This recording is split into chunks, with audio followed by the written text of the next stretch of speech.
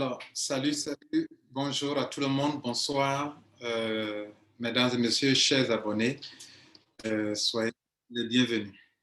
J'espère que vous allez bien et que vous pétez la forme. OK, nous sommes là pour notre conférence et vous savez, quand j'ai une chaîne YouTube, de temps en temps, ceux qui se sont abonnés à votre chaîne, pour une raison bien précise, il faut leur apporter de la valeur, il faut quand même faire en sorte que les gens apprennent quelque chose de votre chaîne. Donc, de temps en temps, je vais, si Dieu me permet, selon le besoin, je vais créer des petites conférences. Je vais faire de petites conférences pour que nous soyons informés sur certains sujets. Alors, pour ceux qui nous rejoignent sans avoir lu le thème, nous allons nous entretenir sur des sujets d'actualité. Vous savez que de plus en plus, Christine Lagarde fait de plus en plus de déclarations. On connaît plus sa position sur les crypto-monnaies, sur les coins, les tokens. Et puis, nous sommes de plus en plus informés sur les dispositions que les banques centrales sont en train de préparer. Et on parle de plus en plus aussi de réglementation de tout cela. Et puis, vous qui faites des affaires, on parle de plus en plus de tokens. Vous êtes dans une entreprise qui parle de tokens. On vous parle de MetaMask, on vous parle de Ether Wallet, on vous parle de plateformes d'échange. Tout cela, on parle de coins, de stablecoins. Tout cela, si dès maintenant nous ne prenons pas le temps de le maîtriser, nous serons perdus. Alors, pour ceux qui ne me connaissent pas, je suis Lambert Kwasi. Je vis en Côte d'Ivoire. Je suis formateur, je suis coach.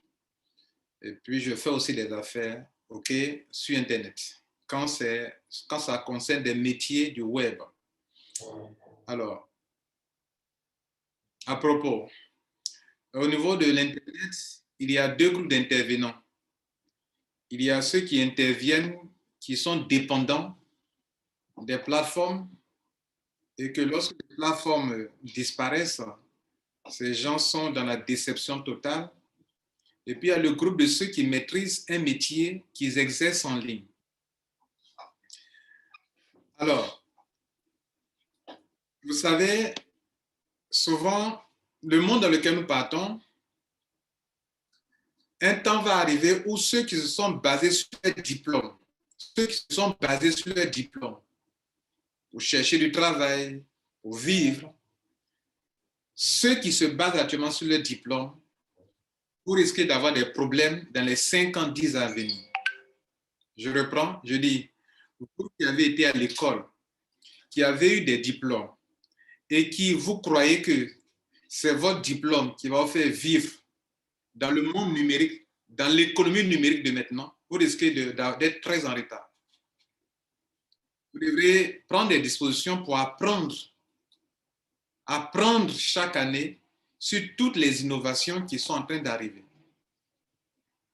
Lorsque cette affaire de blockchain, de crypto-monnaie a commencé, dans le monde entier, on criait Anax, Ponzi, pyramidal, même parlant du Bitcoin.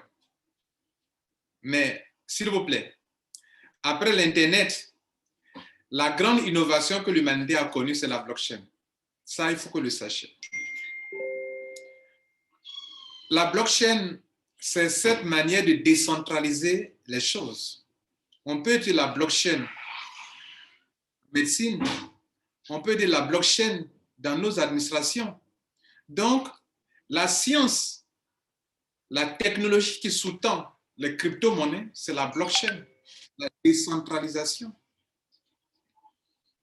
Maintenant, c'est une innovation majeure qui inquiète quand même les structures financières, les structures bancaires, parce que pour une première fois, une innovation permet à l'individu de gérer son argent. On a décentralisé. Quand on partait sur blockchain.com, il est écrit « Be your own bank », c'est-à-dire « Sois ton propre banquier ». Mais ça, c'est inquiétant.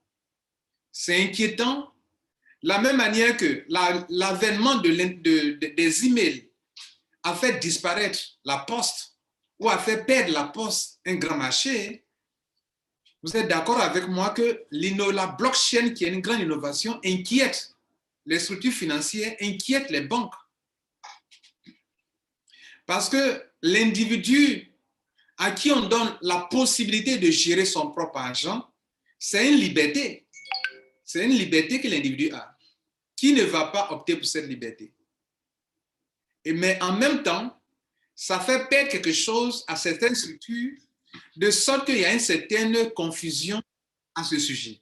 C'est-à-dire, c'est comme s'il y a une innovation, au lieu de qu'on s'en réjouisse, ça inquiète un groupe de personnes ou un groupe de structures. La liberté que la blockchain donne à l'humanité est tellement totale que ça inquiète. Parce que, et c'est à juste titre que des autorités, les gouvernants, les grandes structures financières, les banques centrales s'inquiètent. Parce que donner la possibilité à un être humain de transférer l'argent qu'il veut, là où il veut, quand il veut et comme il veut, c'est inquiétant. C'est inquiétant. Et les arguments qu'on avance souvent pour dire que c'est inquiétant, c'est le terrorisme, ce sont toutes les formes de malversation que vous connaissez. Mais ceux qui disent ça, ceux qui sont passionnés pour ces nouvelles solutions, disent aussi que depuis que le monde est monde, qu'il n'y avait même pas encore les crypto-monnaies, il y avait la drogue que les gens vendaient. La drogue circule dans le pays. Avec les monnaies fiat, avec les fiat. Vous comprenez? Sans crypto-monnaie, la drogue circulait. Sans crypto-monnaie, les armes circulaient. Sans crypto-monnaie, le terrorisme est né en dehors des crypto-monnaies. Donc, d'autres disent que c'est un faux argument de dire que c'est la crypto-monnaie qui est un problème. La crypto-monnaie, comme l'argent lui-même n'a jamais été un problème, l'argent n'est pas un problème. C'est comme si je vous dis que, comment on appelle, l'argent est mauvais. Si tu as beaucoup d'argent, c'est dangereux. L'argent est neutre. Ici encore, la crypto-monnaie, qui est une grande innovation, est neutre. Mais ça inquiète. Ça inquiète parce que, je vais vous donner un exemple, les emails ont fait disparaître la poste. Les emails ont fait disparaître la poste. Ou les emails ont fait perdre un marché important la poste. C'est de la même manière qu'aujourd'hui, si certaines structures n'innovent pas ou ne suivent pas la tendance, elles risquent de disparaître. Et ça, c'est inquiétant. Ça, c'est le premier volet de mon intervention. Je vais vous donner quelques vidéos de Christine Lagarde. Qu'est-ce qu'elle dit au niveau des crypto-monnaies? Après quelques années, elle s'est vraiment prononcée. On a tiré sa langue ça et là lors de certaines conférences et elle s'est exprimée sur le sujet. Ça fait un. De deux, vous qui êtes, comment on appelle, dans le business, on parle de crypto-monnaies, de coins, on parle de tokens, jetons numériques, on parle de stablecoin, on parle de monnaie euro numérique. De plus en plus, Christine Lagarde parle de euro numérique. Vous devez savoir la problématique de tout ça là. Et puis, vous devez savoir dans votre esprit, quand je dis token, vous devez savoir à quoi cela correspond, cela répond. Quand je dis un coin, vous devez savoir de quoi il est question. Quand je dis euro numérique, vous devez savoir pourquoi Christine Lagarde parle de plus en plus d'euro numérique.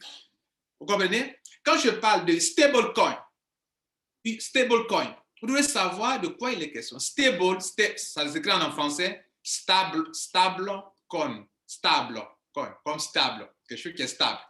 Donc stable coin. Et tout ça, c'est important. C'est pour ça que j'ai préféré qu'on ait une rencontre et que vous soyez vraiment à l'aise. Je ne me dis pas être expert en la matière, mais ce qui fait ma force, c'est de simplifier les choses dans un langage simple, familier, pour que chacun de vous puissiez comprendre. À cette conférence, nous sommes déjà une quarantaine, 47 personnes, déjà 48 maintenant. D'autres sont en train de rentrer. Il est question d'utiliser un temps court pour expliquer des choses complexes ou compliquées, pour que tout le monde, le citoyen lambda, puisse comprendre. Alors, disons que on va commencer d'abord par parler de la crypto-monnaie. Comme vous le savez, la blockchain vient tout décentraliser. La blockchain permet aujourd'hui à des individus de transférer de convertir leur argent en une monnaie numérique et de le transférer de partout le monde, la nuit, il fait tard la nuit, week-end, n'importe quel moment de transférer leur argent. Ça, c'est la crypto-monnaie. Et cette crypto-monnaie a vu le jour après la crise de 2008. Et des gens très intelligents, ça, ils sont des génies, se sont dit qu'il fallait créer quelque chose qui puisse aider l'humanité. Pourquoi? Des gens vous disent souvent que l'argent qu'on utilise actuellement est adossé à l'or. Non. S'il vous plaît, les fiat, l'argent actuel n'est pas adossé à l'or. Ça, c'est pour votre information, pour ceux qui ne savent pas. L'argent que nous utilisons actuellement n'est plus adossé à l'or. Dans les années 70, le président américain Nixon a annulé cela. Avant, c'est par rapport à ton stock d'or que tu pouvais émettre des billets de banque, créer des billets. Dans les années 70, le président américain Nixon a changé la donne. Et depuis lors, l'argent vit grâce au crédit. L'argent vit grâce au crédit. On crée les billets, les États donnent comment on dit ça, l'autorisation à des banques commerciales de créer des billets si des gens viennent prendre du crédit. Donc, c'est ce qui a fait dire à monsieur, comment on appelle ce gars-là? Robert Kiyosaki, que lui, il utilise la dette pour s'enrichir parce que l'argent actuel fonctionne sur la base de la dette. Ça veut dire que si les gens ne vont pas prendre du crédit dans les banques, l'économie actuelle va avoir des problèmes. Vous comprenez? Si les gens ne vont pas prendre des crédits, l'économie actuelle va avoir des problèmes. Cela veut dire quoi? Cela veut dire que désormais, c'est à partir de rien du tout qu'on crée. À partir de crédit, si vous voulez, mais c'est comme à partir de rien. Ce n'est pas sur la base d'un stock d'or qu'on met les billets. C'est un peu de l'économie, mais ce que je vous dis n'est pas faux. Vous comprenez? Bien. Donc, ceux qui créent le Bitcoin se disent que la même manière que l'argent actuel, c'est à partir de rien qu'on peut l'émettre, pourquoi ne pas émettre quelque chose de plus fiable qu'on ne peut pas tricher là-dedans, qui est décentralisé, que personne ne peut manipuler, qui n'est pas dans la main d'un être humain, qui est libre, mais qui est sécurisé, qui est crypté, et que personne ne contrôle, que personne ne peut manipuler. Et donc le terme décentralisation. Et donc, on émet une quantité de valeurs numériques qui ne coûtent rien du tout, qui ne sont rien, une quantité bien précise, comme un stock d'or bien précis, c'est en fonction de ton stock d'or bien précis que tu devrais normalement créer et mettre des billets. Donc, à partir d'un certain nombre de, comment on appelle, de cet actif numérique-là, qu'on peut avoir une capitalisation. Dès lors, plus, si prenons l'exemple de la monnaie normale, l'argent normal, plus les gens utilisent le dollar prend de la valeur, n'est-ce pas? Plus les gens convertissent leur argent dans le dollar prend de la valeur. Plus dans le monde entier, les gens convertissent leur argent dans l'euro prend de la valeur. Mais plus les gens retirent leur argent de l'euro ou du dollar physique, le dollar perd de sa valeur ou bien l'euro perd de sa valeur. Donc, c'est l'offre et la demande qui fixent la valeur. C'est la même chose pour les cryptos. Au début, ça ne coûtait rien du tout. Mais plus des gens pour des choses qui sont en nombre limité, des pièces qui sont en nombre limité, plus les gens vont déposer l'argent pour acquérir ce qui est en nombre limité. Quand on prend la capitalisation et qu'on divise par le nombre de pièces disponibles, le nombre de stocks d'or, que dis-je, le nombre de pièces disponibles, l'unité, le kilogramme d'or devient cher. L'unité de, comment on appelle, de cette crypto devient chère. C'est pour ça que vous voyez, le Bitcoin prend de plus en plus la valeur. Toutes les quantités de Bitcoin ne sont pas encore minées. Mais quand tout sera miné, dans les années, peut-être on ne sera plus encore sur cette terre, dans plusieurs années, c'est là que tous les Bitcoins seront minés. Mais quand tout sera miné, on aura tous sur le globe des milliards d'habitants sur le globe terrestre. Mais ces milliards d'habitants-là vont se partager une petite quantité de Bitcoin qui n'est que de 21 millions de pièces dans le monde entier. Imaginez-vous la capitalisation qui ne fera qu'augmenter, augmenter, augmenter. Et selon ceux qui ont créé le Bitcoin, selon eux, c'est comme ça que l'argent devrait fonctionner. C'est-à-dire, c'est en fonction de quelque chose de précis, de stable, que personne ne peut changer, que les billets, l'argent normal devrait prendre la valeur. Mais si on crée à partir de rien, pour eux, plus tard, l'économie va avoir des problèmes. D'où la création du Bitcoin, des crypto-monnaies. Maintenant, le premier Bitcoin, la première crypto-monnaie, c'est le Bitcoin. Quand ça a eu lieu et que les gens ont pu prendre connaissance de la technologie qui est derrière, qui est la blockchain, des gens encore plus intelligents vont réfléchir encore pour créer d'autres. OK? On parle de altcoins. Les altcoins, ce sont toutes les autres crypto-monnaies qui sont venues, qui se sont inspirées du Bitcoin pour venir. On dit altcoin. Altcoin, A-L, coin. C'est-à-dire toutes les autres crypto-monnaies qui exploitent une blockchain et qui sont venues après le Bitcoin.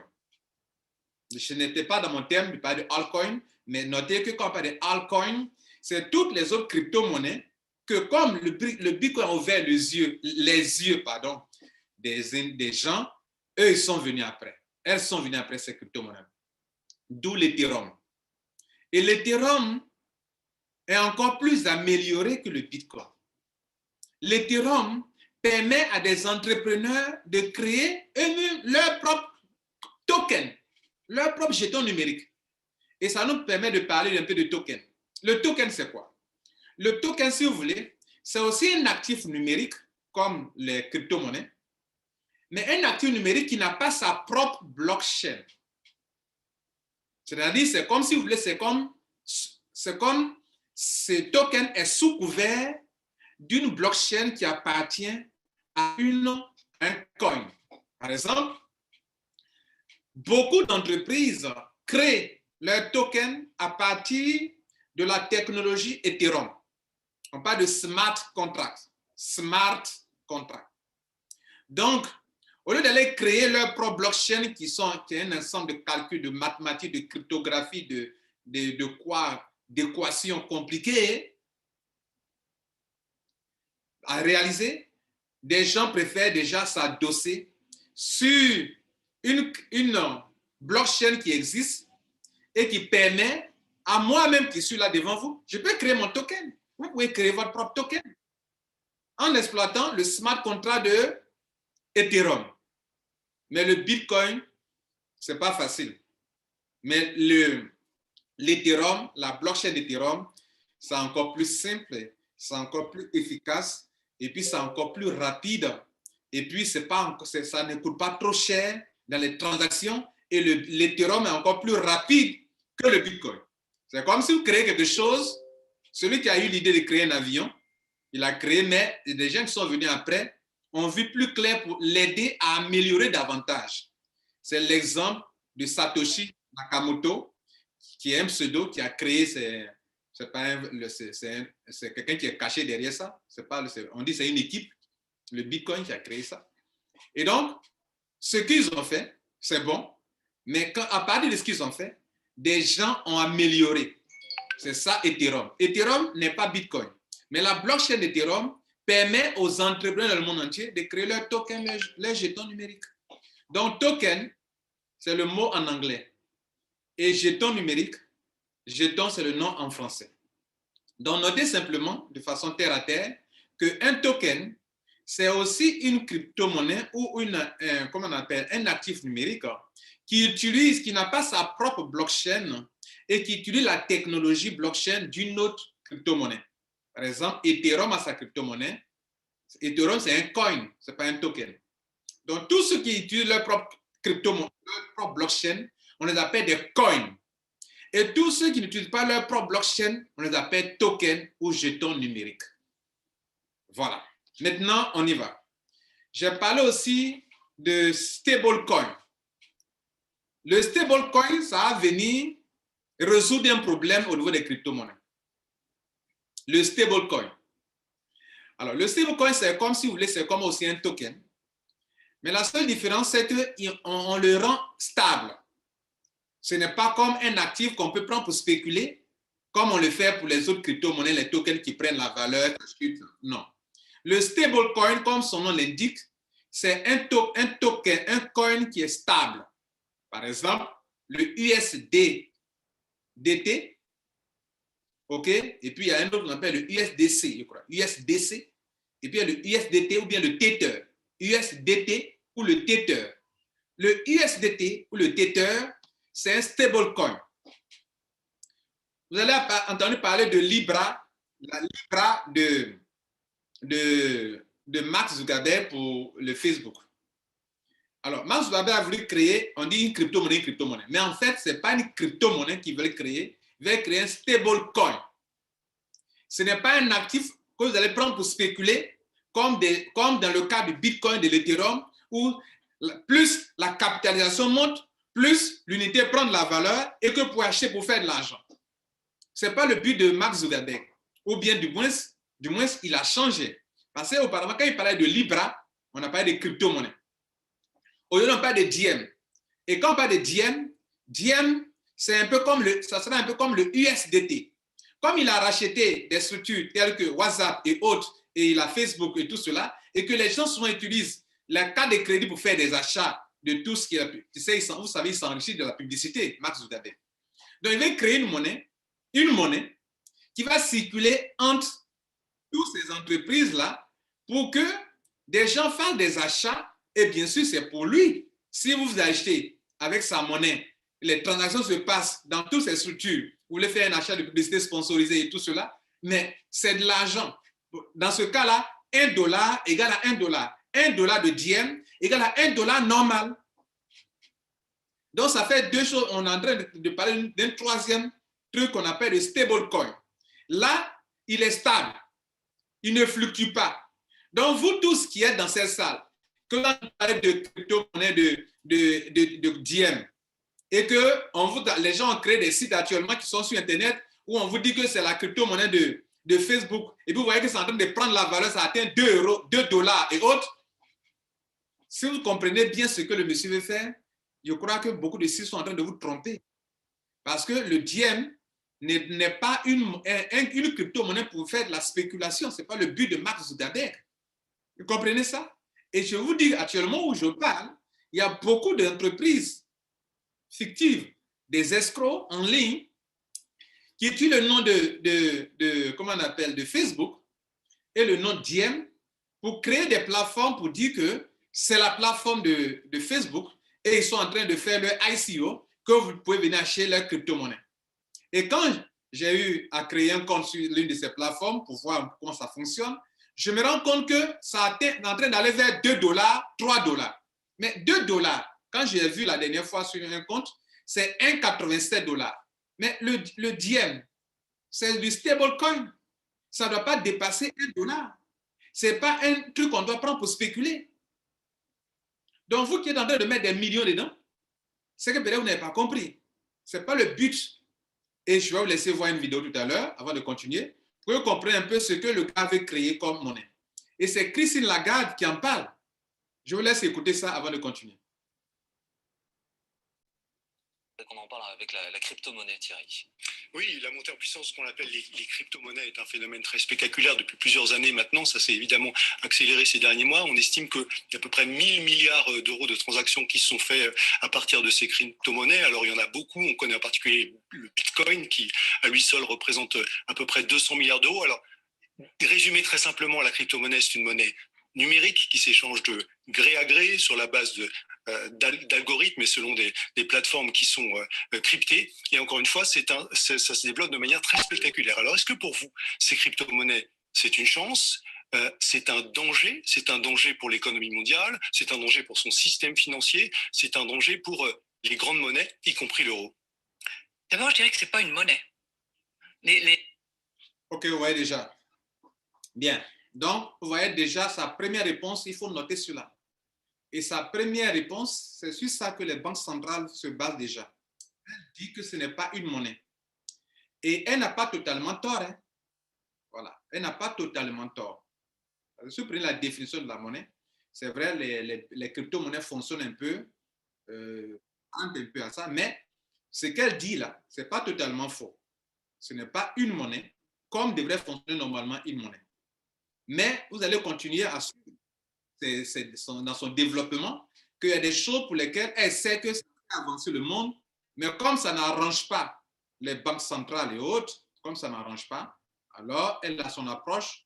Et puis aussi le fait qu'ils veulent protéger la population mondiale contre quelque chose qui peut faire perdre l'argent aux gens.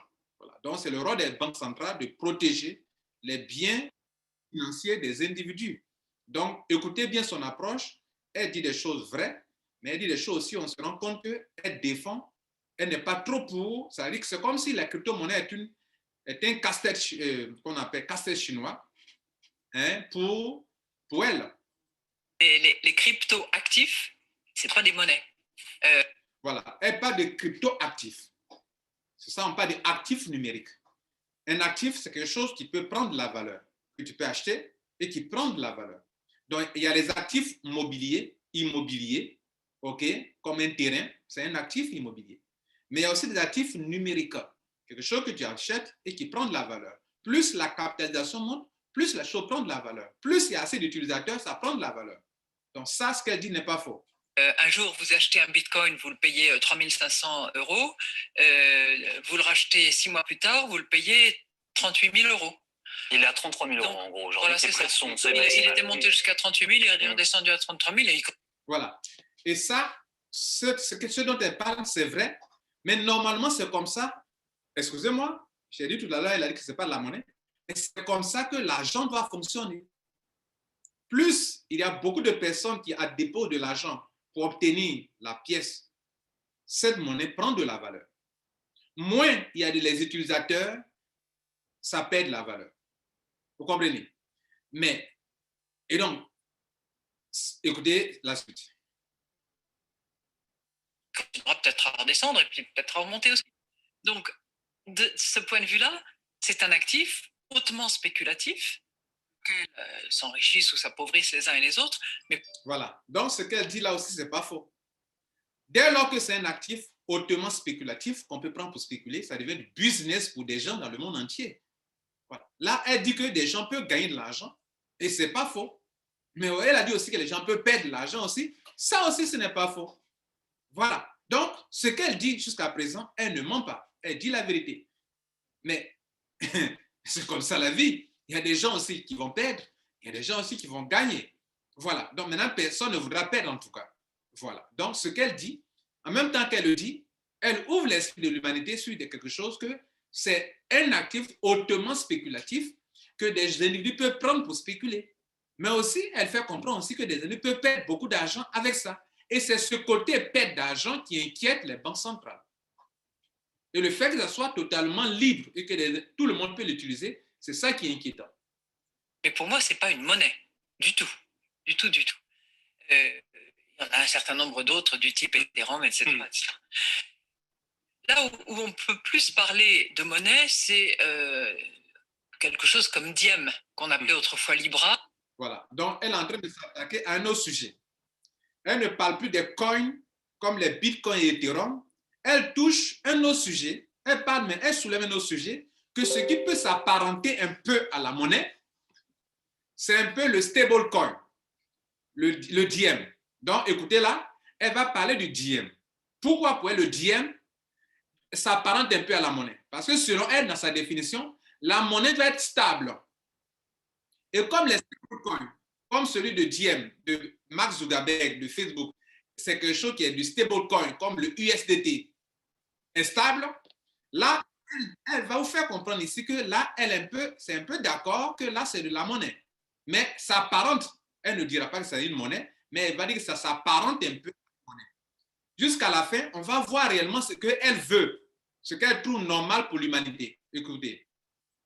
Qui est la tentative par Facebook de mettre en place un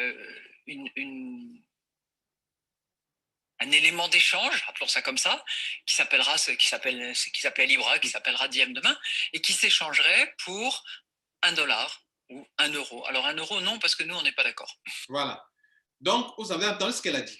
Elle dit que si c'est pour le dollar, bon, elle ne contrôle pas le dollar, elle n'est pas dans le dollar. Ça, les Américains peuvent faire ce qu'ils veulent, mais eux, si c'est en Europe, dans la zone euro, non, eux, ils ne sont pas d'accord. Vous voyez un peu ça. Ça veut dire que elle dit que ça s'apparente un peu à la monnaie, que c'est un élément d'échange, mais elle n'est pas tout à fait d'accord avec ça. Pourquoi?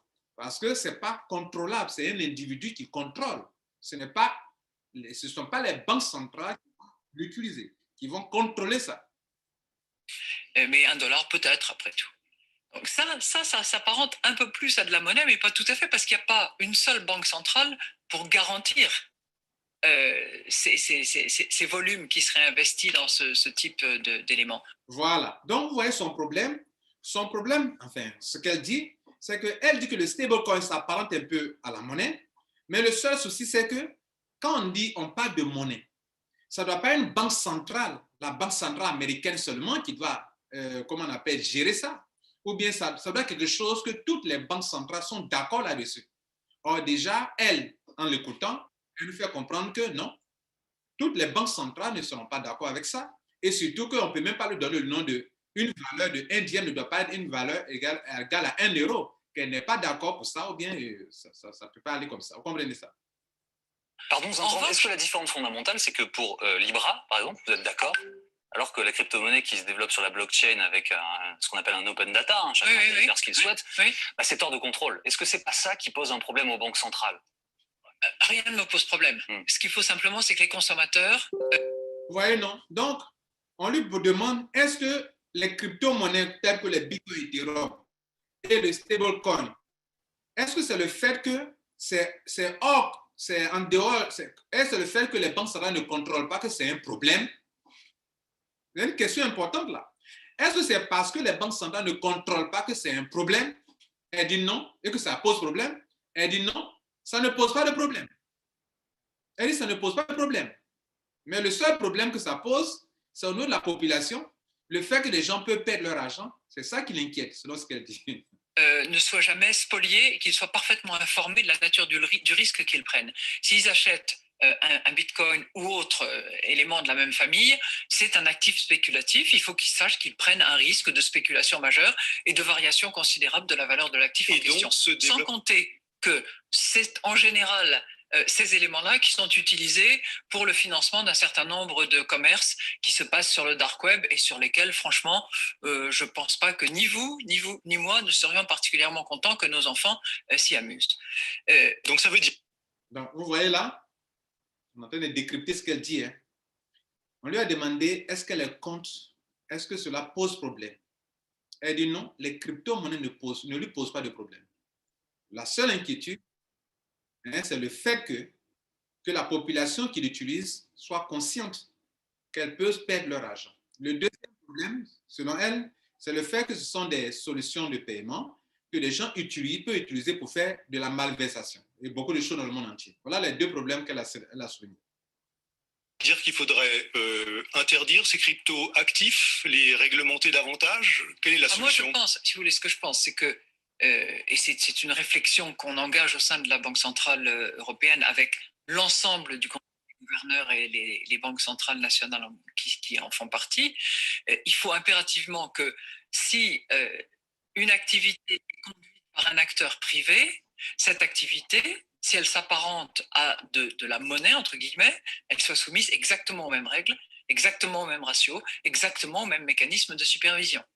Voilà, donc on voit un peu, elle veut dire que, par exemple, le diem de Mark Zuckerberg, comme ça s'apparente un peu à une monnaie, et que dans la vie normale, tout ce qui est comme ce genre de solutions sont réglementées, donc il faut que les stablecoins aussi soient réglementés. Ça, et que les banques centrales y réfléchissent. Mais comment réglementer les crypto-monnaies telles que le Bitcoin et l'Ethereum, ça, elle n'en a pas parlé. Mais quand elle parle d'un homme du privé qui met quelque chose en place, elle veut parler des cas de stablecoin comme le cas de Diem et autres. C'est de ça qu'elle parle actuellement. C'est le principe, même business, même supervision, même régulation. C'est comme ça qu'on a essayé à peu près de sortir de la crise de 2008. Mais troisième élément, parce que là on a parlé de deux familles, les cryptos et puis les stablecoins, pour faire simple. Il y a une troisième catégorie. Ce sont les monnaies digitales banque centrale. Voilà. Est-ce que vous comprenez ça? Ça nous permet d'avancer sur le quatrième point de notre présentation. J'ai parlé de coin, j'ai parlé de token, j'ai parlé de stablecoin.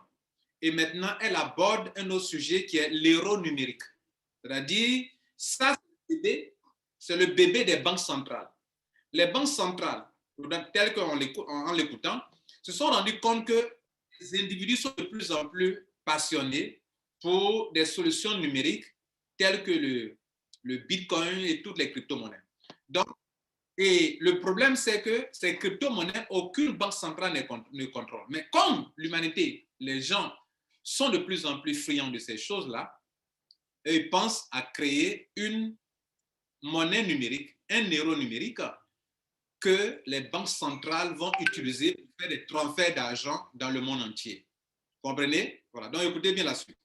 Et vous appelez à la mise en place d'un euro numérique. Absolument, absolument. C'est-à-dire, qu'est-ce que ça veut dire concrètement pour ceux qui nous regardent, un euro numérique? Pour ceux qui nous regardent, c'est un peu comme si c'est la même valeur qu'un billet de banque. C'est-à-dire que vous avez un billet de 20 €, et bien vous pouvez très bien avoir 20 € sous forme numérique.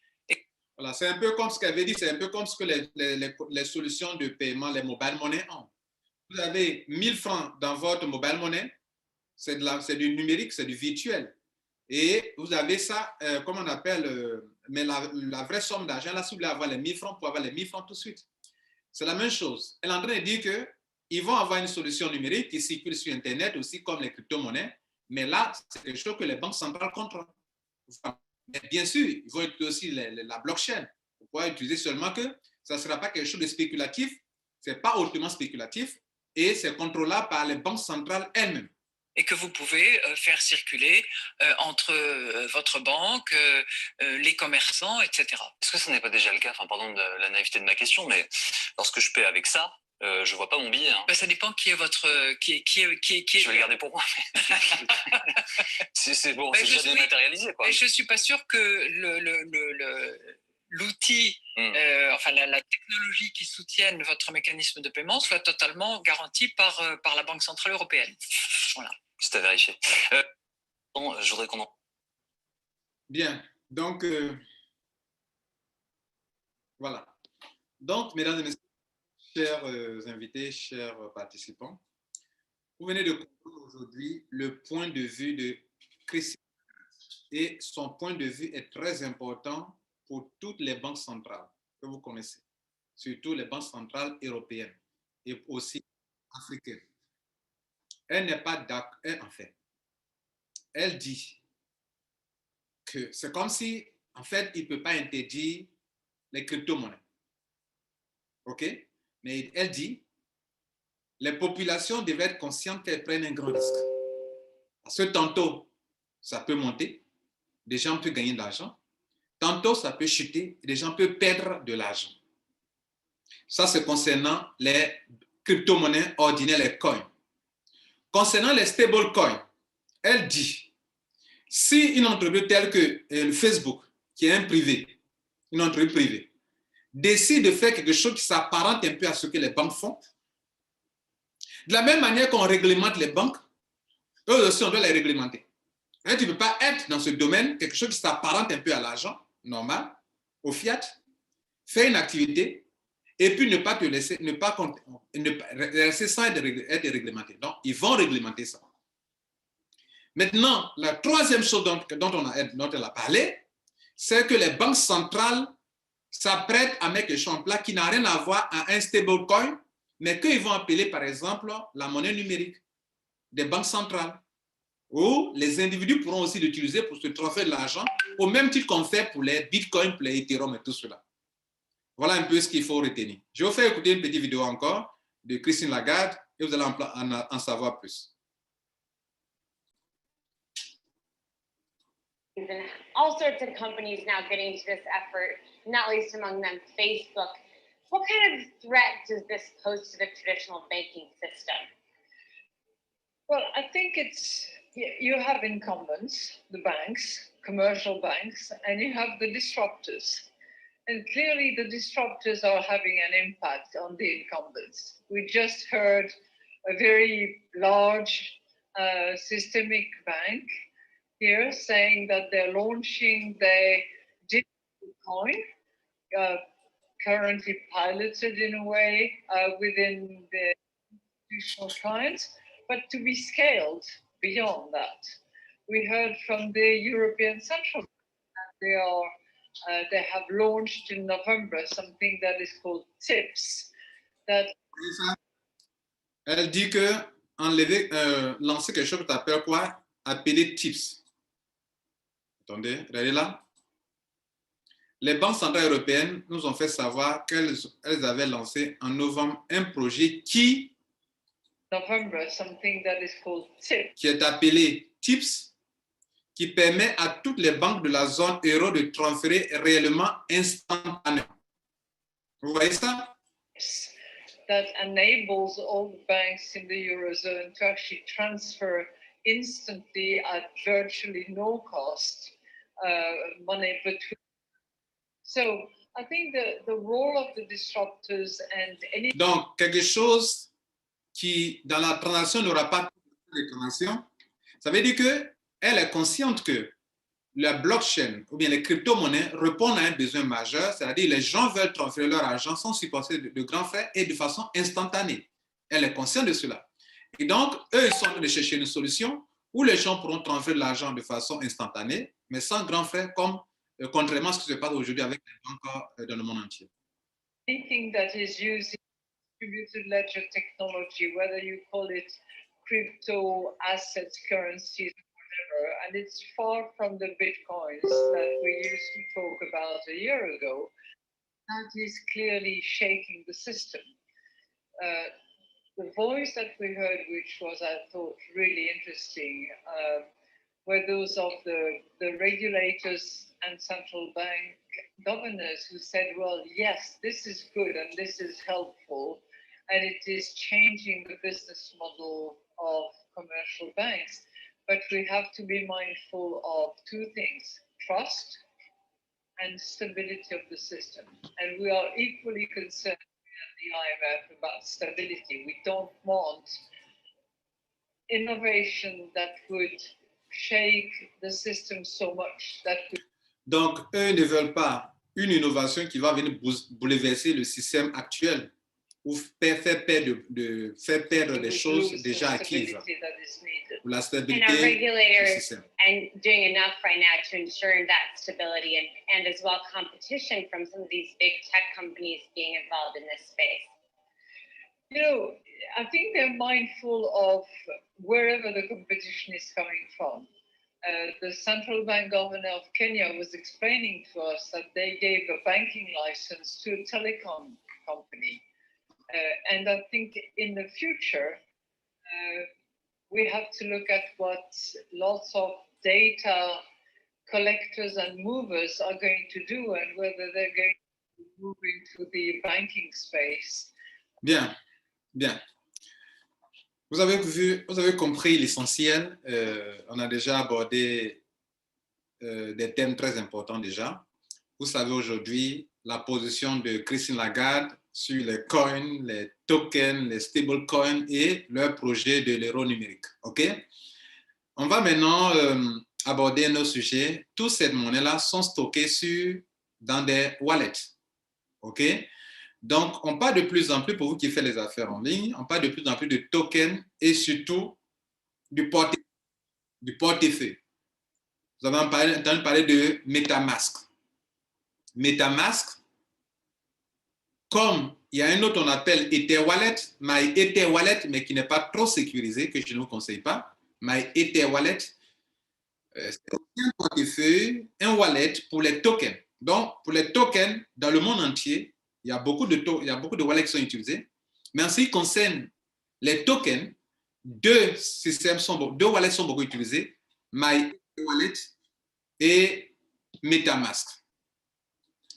Et MetaMask, moi, je l'ai découvert depuis les années 2017, OK? Et je l'utilise jusqu'à présent. C'est très sécurisé. Et MyEtherWallet aussi, c'est sécurisé, c'est bon, mais pas trop sécurisé pour les personnes qui ont perdu leur argent en passe sur le portefeuille MyEtherWallet. M-Y-My. Ether, comme Ethereum, Ether, et puis wallet.com. OK? Donc, on va aborder le sujet des wallets. En fait, le wallet Ether MetaMask, le wallet MetaMask est un wallet qui est d'office un wallet de Ethereum.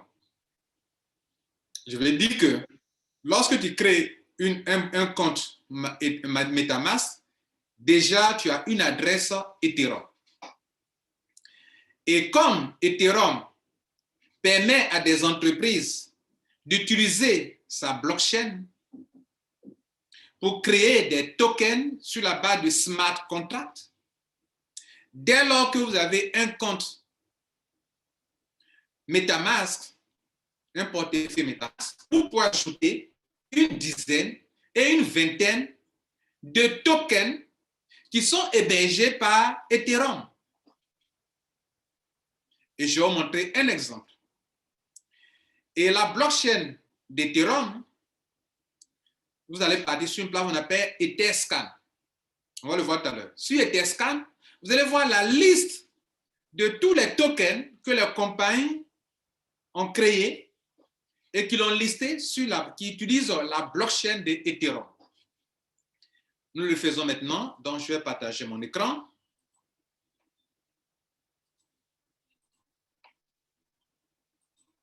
Bien, donc, regardez juste en haut ici, c'est une extension. Hein.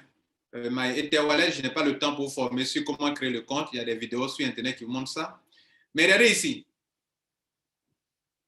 C'est une extension de Google Chrome. Là, je vais cliquer dessus. C'est un portefeuille. Hein. On crée, on va sur vous télécharger. Il y en a en application. OK. Bon, je vais ouvrir une nouvelle page comme ça. Voilà, regardez ici, je peux me déconnecter, et je peux me loguer dans mon compte, et là, je suis logué déjà dans mon compte. Vous voyez que dans ce compte, j'ai 0,05 Ethereum, qui est autour de 177 $ américains. OK? Bien. Maintenant, je vous disais qu'on peut ajouter des tokens.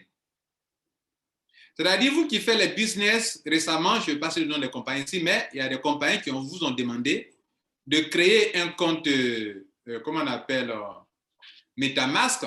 Voilà MetaMask est là. C'est ça qui est MetaMask. C'est ça qui est MetaMask. Avec le chaton qui est là. Maintenant, dès lors que c'est créé, vous pouvez maintenant ajouter des jetons. Donc, l'adresse est là. Si je veux copier l'adresse est là, regardez ici. Voilà l'adresse. Comment vous montrer ça? Détail du compte. Voilà. Vous voyez là? Voilà l'adresse qui est là. Voilà, le QR code est là aussi également.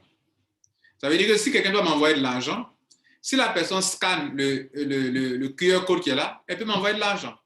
Ou bien voilà l'adresse qui est là, OX tant qui est là. Voilà. Toutes les adresses de Ethereum commencent par OX.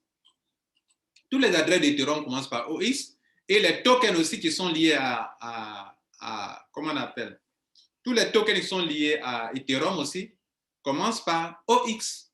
Retenez ça comme ça, ok? Bien. Maintenant, ici, je peux faire quoi? Je peux envoyer. Je peux faire le swap. Le swap, c'est le change de monnaie. Convertir les monnaies, c'est une expression en anglais qui veut dire que échanger les monnaies. Tu peux échanger une crypto, un token contre un autre token, ou bien un token contre Ethereum, ou bien Ethereum contre un token. Maintenant, on va faire aujourd'hui devant vous un exercice d'ajout de crypto-monnaie. Regardez ici, de token, pardon. Regardez. Comme je vous ai dit que c'est un portefeuille qui peut héberger plusieurs tokens, vous voyez là, ils ont écrit là, ajouter quoi? Ajouter un token, un jeton. Je clique dessus. Et arrivé ici, on me dit qu'on peut faire une recherche automatique ou bien on peut personnaliser. Jeton personnalisé. Le jour où vous ajoutez un token à votre portefeuille, demandez à votre entreprise quelle est l'adresse de ce token-là et puis quel est comment on appelle l'initial. Bon, on parle de cela. Ici, c'est abrégé. Ici, c'est le symbole. Voilà, le symbole.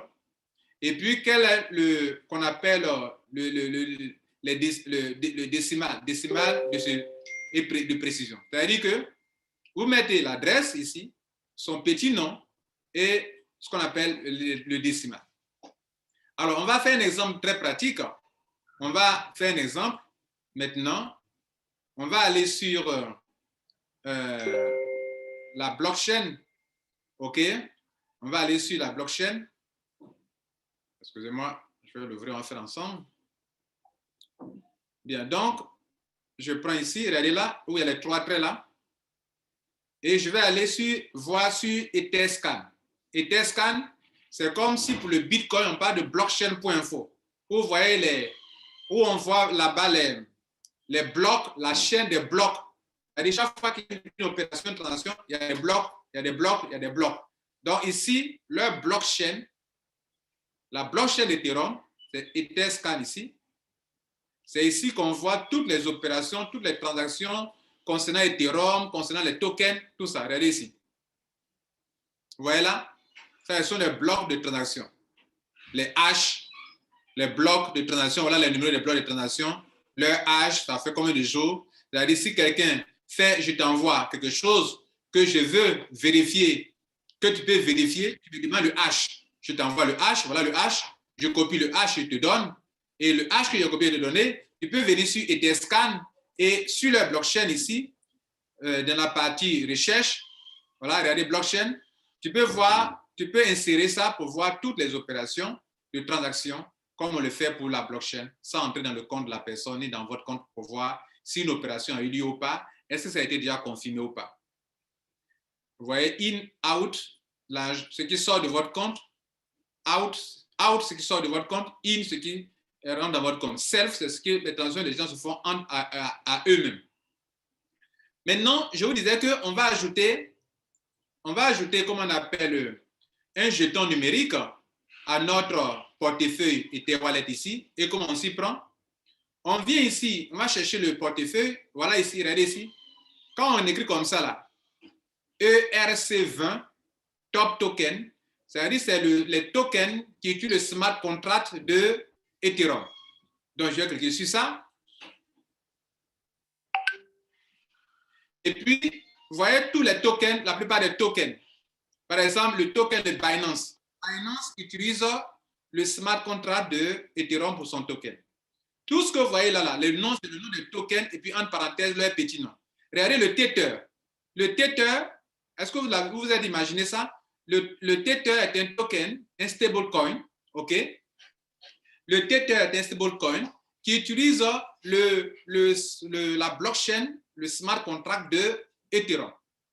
Donc, actuellement, je peux venir ajouter, cliquer sur ça pour Binance. On va commencer pour Binance et pour ajouter ça sur mon adresse là-bas, mon compte là-bas. Donc, je peux lister sur, comment on appelle, mon portefeuille MetaMask, tous les tokens que je veux. Je peux ajouter autant de tokens que je veux. Bien. Donc, je clique pour Binance. Et vous savez que tout à l'heure, je vous ai montré que pour ajouter un token, vous avez besoin de l'adresse, du smart contract, du décimal et du petit nom. Donc, voilà l'adresse qui est là. On va cliquer, prendre l'adresse. On copie l'adresse. Le décimal, c'est combien? C'est 18. Donc, je viens sur MetaMask.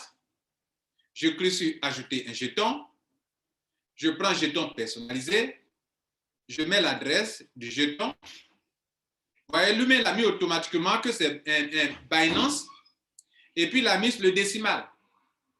Il a mis le petit nom automatiquement parce que le smart contract est correct. Je fais suivant. Et c'est bon. Actuellement, dans mon compte actuellement, on voit déjà un premier portefeuille qui est là.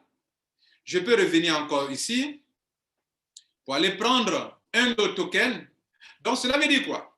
Si vous êtes dans une entreprise et que vous voulez ajouter comment on appelle, vous voulez ajouter le truc, le portefeuille là, le jeton là sur votre, voilà, actuellement j'ai Ethereum et puis j'ai Binance. On va faire un deuxième exemple, on va prendre pour Tether, qui est un token aussi, qui est un stablecoin. OK? Tether, c'est un stablecoin. Binance, c'est un token. C'est pas un stablecoin. Binance, ça monte, ça descend. Le Tether, ça reste toujours autour de $1. Donc, je vais prendre celui-ci aussi et je vais aller ajouter. On va faire quoi? Comme on fait premièrement, ajouter un jeton, personnalisé, je mets l'adresse. Bon, en certaines fois, on va vous demander vous-même de mettre le décimal, hein, mais là, il nous a demandé, là, il prend automatiquement. Donc, si le smart contract est bon, alors il prend automatiquement. Vous voyez que ça commence par, leur adresse là, ça commence par quoi? OX. OX, OX, OX. Ça veut dire ça, c'est Ethereum. Donc, je fais Next, ajouter, et c'est bon. Vous voyez que je viens d'ajouter 2 tokens. Et désormais, si je veux voir, je suis dans ma plateforme de business, que on me demande de retirer mon argent pour l'envoyer ici. Avant de le faire, vous devrez d'abord ajouter. Bon, j'aborde un sujet important maintenant, côté transaction. Côté transaction, un sujet important maintenant. J'ai dit, vous êtes dans des entreprises dans lesquelles soit c'était programmé, soit ce n'était pas programmé. Un beau matin, vous vous réveillez, et puis la compagnie dit, désormais, vous tous, vous devrez créer un compte pour notre token ou notre jeton numérique. Et généralement, elle vous montre comment créer le compte. Vous avez créé le compte. Vous avez l'adresse de ce compte-là. Cette adresse-là, qui est l'adresse d'un token, commençant par OX,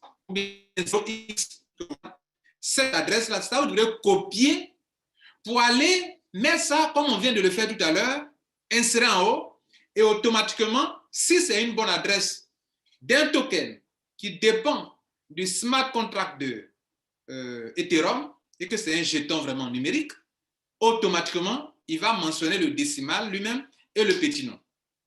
Et vous ajoutez là-bas. Ça, c'est la première phase. La deuxième phase est que cette adresse que vous avez là, qui est aussi dans votre compte là-bas, un jour viendra, on vous demande de faire le transfert. Transférer de votre compte de business sur le compte là-bas, comment on appelle, sur le compte de MetaMask. Pourquoi? Parce que si le ICO a eu déjà lieu, la vente de la crypto, le token a déjà eu lieu, ça ne va pas rester là-bas. Transférer pour que ça soit sur MetaMask et que via MetaMask, un jour, vous voulez vous débarrasser de cette crypto-monnaie, vous puissiez aller sur la plateforme de change pour aller échanger dans d'autres crypto-monnaies, que dis-je, aussi dans d'autres tokens. MetaMask vous donne l'occasion aussi d'aller échanger ça. C'est ce qu'on appelle le swap, échanger. Et on va voir ça maintenant. Donc, on suppose que j'ai transféré ma monnaie, OK? Je l'ai envoyé sur MetaMask. Mais cette monnaie-là, moi, je n'en veux pas. Je vais l'échanger contre d'autres monnaies. Est-ce que j'ai l'occasion de le faire? Oui, vous avez l'occasion de le faire. Nous ne pourrons pas prendre assez de temps pour en parler, mais je vais montrer quand même la base. Et puis plus tard, peut-être, si Dieu nous permet, on fera une autre conférence là-dessus.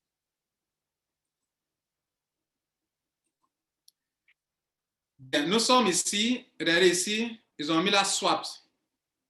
Swaps, regardez là. C'est comme si, actuellement, attendez, j'ai de l'Ethereum et je veux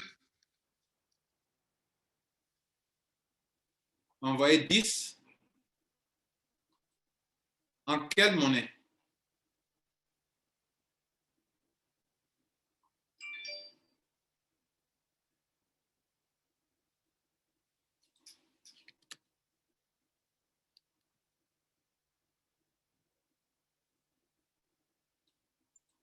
Comment on a listé USDT? Voilà, USDT en Tether. OK? On va faire un truc comme ça, quoi. Voyez, donc, j'ai de l'Ethereum et je vais envoyer un peu dans USDT.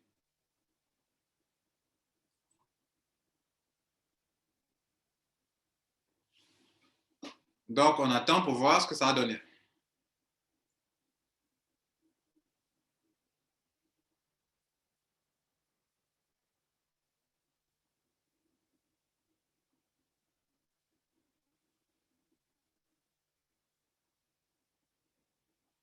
Bon, je ne sais pas si je fais bien.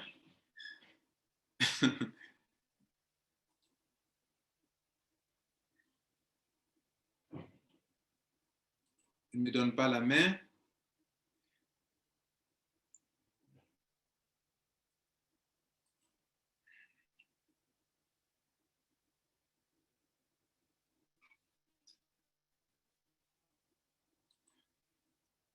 Plus avancée.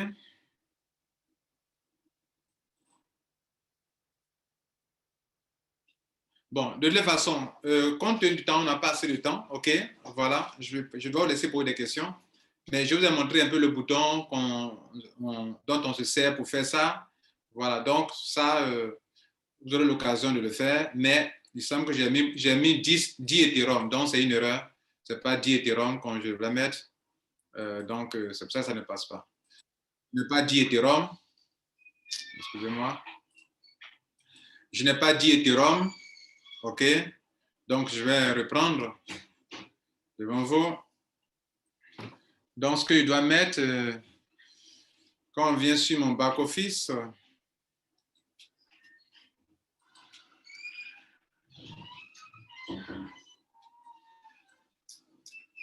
mais 0,005. OK, voilà. 0,005 Ethereum.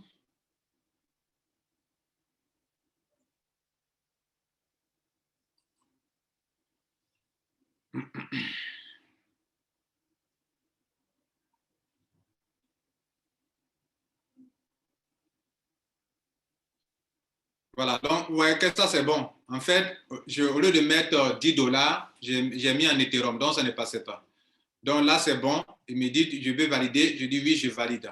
Je valide et ça va aller sur mon portefeuille USDT, ici sur MetaMask. OK? Voilà, une option pour montrer un peu comment on procède, tout ça, comment on fait le swap. Comment si vous avez envoyé votre token et que vous voulez convertir en d'autres choses, comment vous pouvez convertir vous-même cela. Voilà, donc on est en train de voir, il va finir et puis on va passer à autre chose. OK, donc, on dit je recevrai des USDT, je suis en train de jeter l'opération. Transaction complétée, c'est fini. Je peux voir mes USDT. OK. Voilà. Donc, regardez ici. Vous voyez, dans mon portefeuille désormais, quand on commençait, j'avais une certaine quantité de Ethereum. Maintenant, j'ai un peu d'Ethereum en 98 $ et puis j'ai un peu de USDT. Et ce USDT-là, je peux envoyer à quelqu'un si je veux. Vous voyez là, je peux choisir, comment on appelle, mettre l'adresse de là où je veux envoyer et je peux le faire. Voilà. Vous voyez là? Voilà. Donc, tout ça, c'est possible. OK? Bien. Maintenant,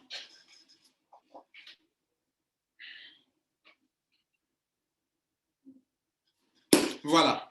Donc, pour ne pas être trop long, on va s'arrêter là. On a passé presque 1 heure de temps ensemble. Ce n'est pas bon pour, puisque ce sera en ligne la vidéo. Mais je crois que cette formation, cette petite conférence aura répondu à des problèmes, à des petits problèmes que certaines personnes ont, surtout avec MetaMask, que d'autres ne savent pas comment s'en servir. Et je viens de vous démontrer que vous pouvez faire l'adresse qui est là de votre compte MetaMask, vous pouvez donner à des gens et depuis là-bas, ils peuvent transférer des choses. Si c'est du token USDT qui transfère, ça va se loger devant USDT. Si c'est du BNB, ça va se loger devant BNB, Binance, Binance, devant le token de Binance. En tout cas, l'adresse que vous donnez, c'est ça, c'est devant cette adresse, enfin, devant ce token, que ce que la personne a transféré va venir se loger. Donc, c'est dans votre entreprise, dans votre business. L'adresse que vous avez de votre MetaMask, vous avez donné, quand la personne va envoyer là-bas, vous donnez ça à la personne, quand la personne va envoyer, ça va venir se loger devant le token de votre entreprise que vous avez créé. Voilà. Merci à vous tous. Je vais vous donner quand même l'occasion de poser quelques questions ou d'avoir des précisions, donner votre opinion sur tout ça. Pour vous qui avez suivi la vidéo, si c'est une vidéo que vous avez suivie, laissez votre commentaire en bas et on aura du plaisir qu'on va vous écouter ou lire. Voilà. Vous qui êtes dans la salle à présent, posez des questions et on vous écoute. Si j'ai dit quelque chose qui n'est pas correct aussi, que vous pouvez corriger, rectifier, ça peut arriver, vous pouvez rectifier. Mais de ma part, je crois avoir dit ce qui est bon, ce qui est vrai, ce qui est juste et ce que je connais. Merci.